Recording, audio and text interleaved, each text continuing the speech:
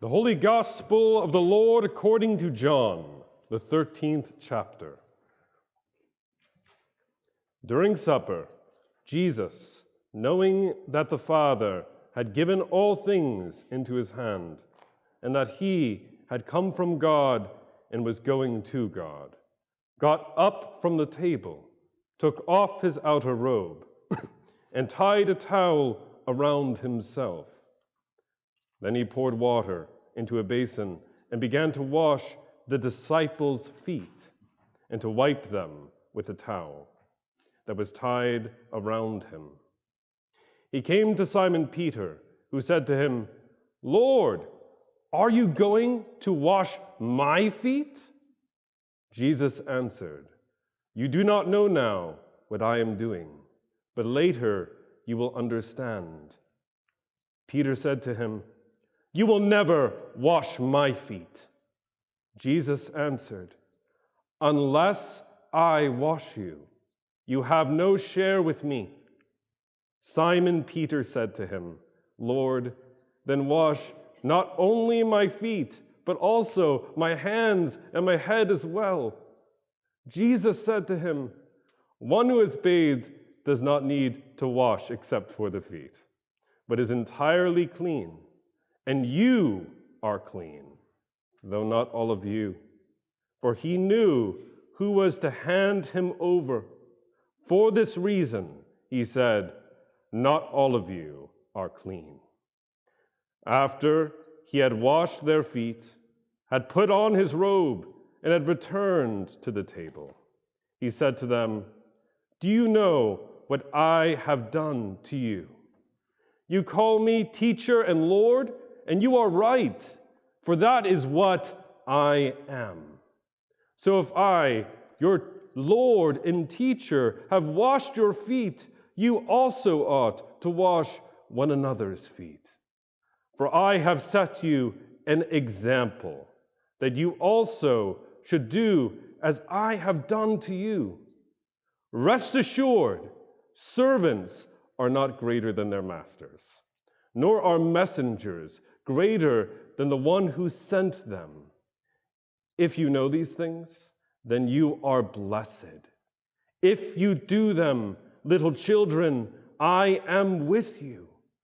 Only a little longer you will look for me, and as I said to the Jews, so I say to you, where I am going, you cannot come. I give you a new commandment, that you love one another, just as I have loved you. You also must love one another. In loving one another, everyone will know that you are my disciples." This is the saving word of the Lord. Thanks be to God. We come to the Last Supper. We come to the sweet and the bitter, and to the bitter and the sweet. It is right and fitting that we should emphasize the bitter passion and agony of our Lord. But also, that was an evening of a last and first Passover Seder, where the Jewish people gathered together were expecting a cleansing or washing or liberation. It was a party, and there was laughter that night, as well as bitter tears. Therefore, as we explore this journey together, today there also will be a bit of laughter, but also, too, the mourning of our hearts in union with our Lord. Now, when I heard I was preaching today, I was excited that I was reading from the Gospel of John, precisely because, yes, it happens to be my favorite gospel. It was also Luther's favorite gospel because of its deep theological themes, and yet John's version of the Last Supper is seemingly missing something to our contemporary ears and hearts. Because we are conditioned, when we think of the Last Supper, to be thinking of what?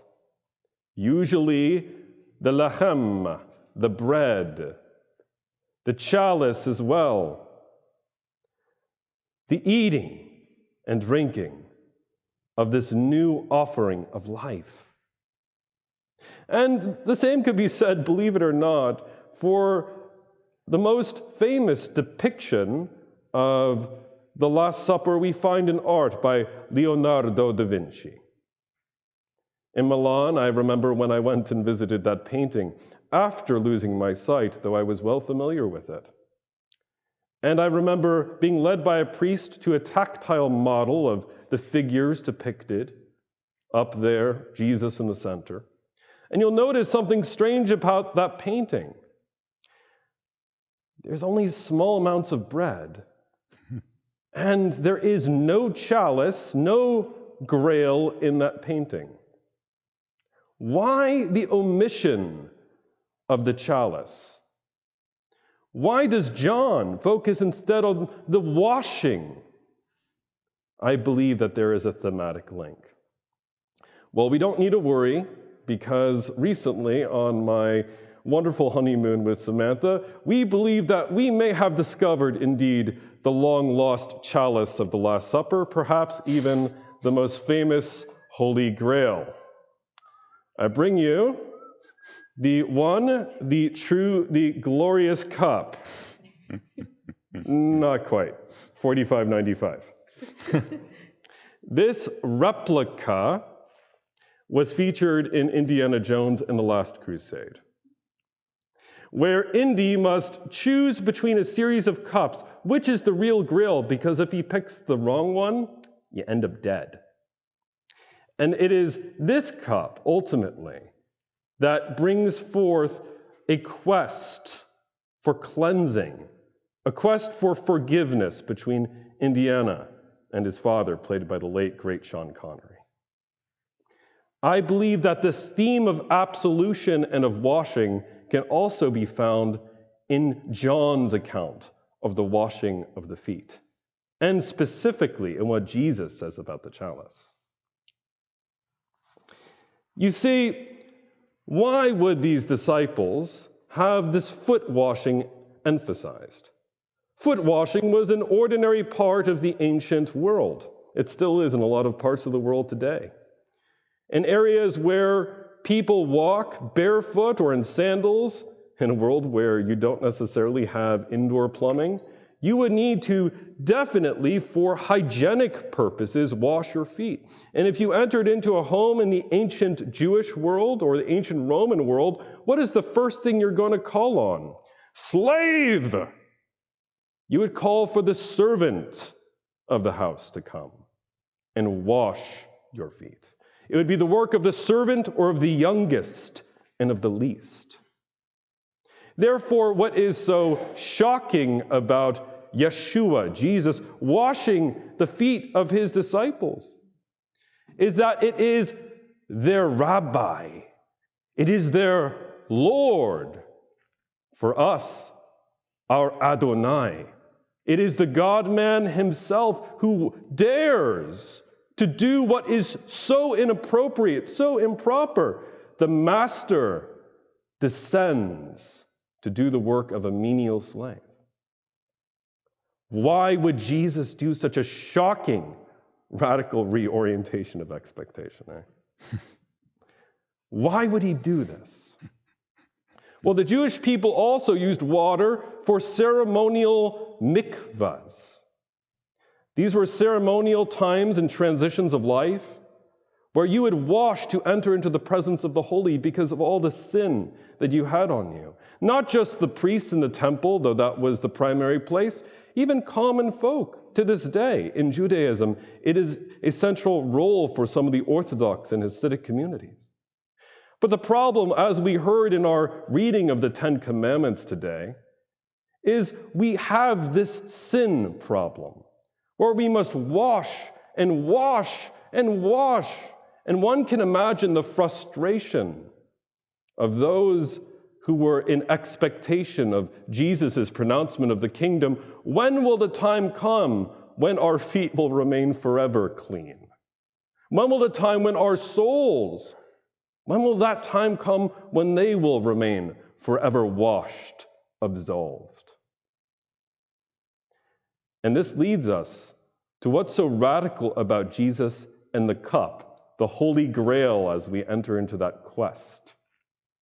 What is so strange about what Jesus says regarding this cup is that it is the cup of the new covenant poured out for you and for many for the forgiveness, for the washing, for the absolution of sins. You see, Martin Luther rediscovered the power of what Jesus said, because like many in the ancient Jewish world, like many in our own Christian world at times, in the medieval world in which Luther was living, he struggled. How can I get clean? How can I get washed before God? He would go to hours in private confession. And he couldn't find the cleansing that he was looking for. And then he discovered that in the faithfulness of Jesus' shed blood on his behalf, on our behalf, that Jesus, having paid the full penalty in his blood for our breaking of the commandments, that we are justified, that we are clean. You notice in Matthew chapter 26 today, Jesus says, "Take this, all of you, and drink from it." I don't think many of us think twice before we go up necessarily, and we receive the wine, the blood, at this altar today. But in the Middle Ages, the cup in Holy Communion was reserved only for the priests, only for the spiritually elect leaders of the church. It was a status symbol as to who was in and who was kind of in. But Luther said, no, this chalice, this forgiveness is uniquely for all invited because of the shed blood of the Messiah on our behalf. Jesus says, this cup which is poured out for you. Luther meditated that this you is not all of humanity, not an elect elite. This you is every one of you personally and me in this house tonight. This you is all of us individually and personally. And in this way, we receive in the precious blood of Jesus not only the washing of our spiritual feet per se, we recover our identity. We are reminded of our identity in the baptismal font central in this church, that we are always beloved sons and beloved daughters, beloved priests, prophets, and kings before our God. I want to encourage each of you today as you approach the altar, when you receive the precious real body and real blood of Jesus in the bread and the wine, bring everything to that altar. Expectations, dreams, anxieties, hopes. Bring it all to the foot of our beloved Messiah, because it is by his wounds that we are healed. And our Lord understands intimately what it means to enter into suffering. Where's the real Holy Grail? It wasn't in Orlando. It wasn't in Petra like in the movie with Harrison Ford. It isn't in Valencia necessarily, although it might be. Beloved brothers and sisters, you are the body of Christ. And we receive forgiveness through drinking from the one cup that is poured out, since Christ has paid the penalty that we ourselves deserved. Thanks be to God. In the name of the Father, and of the Son, and of the Holy Spirit. Amen. Amen.